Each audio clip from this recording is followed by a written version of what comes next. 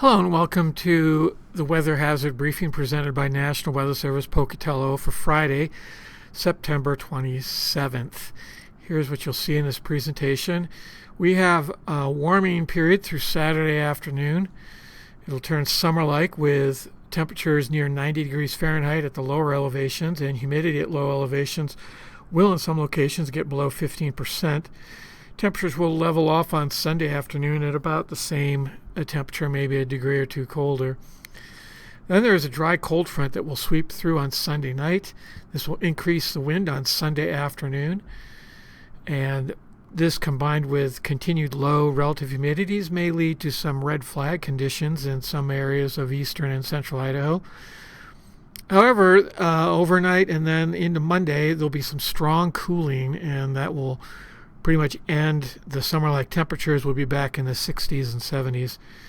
And still, through all of this, there's no precipitation until maybe next Friday night, the first Friday in October. And that's just a maybe, so we'll see. Here's the latest satellite image. You can see all the clouds are staying well away from all of southern Idaho and the entire Great Basin. And so here's our weather risk outlook. We are looking for basically low humidities to start crashing tonight. We'll see overnight humidity recoveries will start turning terrible. So we're looking for a low relative humidity with everywhere except in the eastern highlands near the Wyoming border. Then on Sunday, it'll be low relative humidity and windy as well. And so it's labeled moderate because there is a risk of red flag conditions in all of these areas outlined here. The only place that'll stay above that is on the extreme western side of our forecast area and extreme eastern side.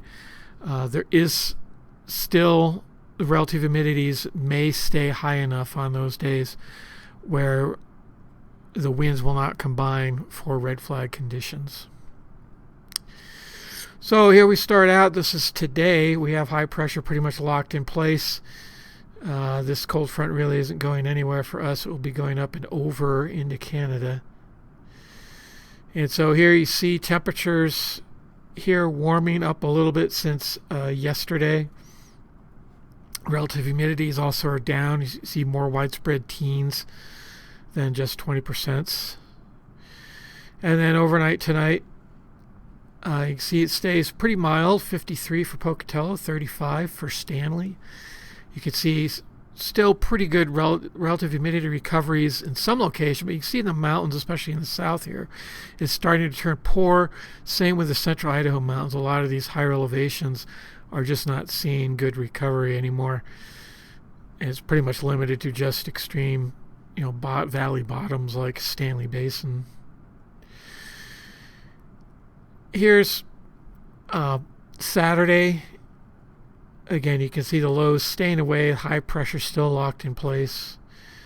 And you can see we are warming. So we'll be near 90 degrees here in Pocatello at 89. Even Stanley getting to 84, which is very warm for them. And then here in the eastern Magic Valley, we'll see temperatures crossing the 90-degree threshold where we see this reddish orange. And look at how the relative humidities drop. 11% in Chalice. Widespread teens pretty much everywhere, and a lot of places below that 15% in this very dark red shading. And this is overnight lows. You can see a little bit warmer, 58 for Pocatello, 36 for Stanley. And again, Saturday night, the overnight humidity recovery continues to decrease and look worse. And here are the winds, though, for Saturday and Saturday evening. You can see here it's still not gusting very high, except in the higher elevations in the central Idaho mountains, where it finally gets to that 25 to 30 mile an hour threshold. So this is why we don't see any sort of red flag conditions on Saturday. The winds are pretty limited to very high elevations where the relative humidity will be actually above 15%.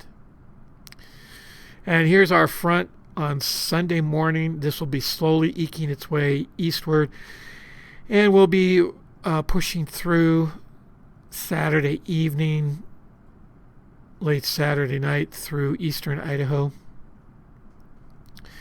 You can see temperatures not much affected until after it passes through, so we're still looking at lower in the middle 80s, not the 90 degrees we were seeing before,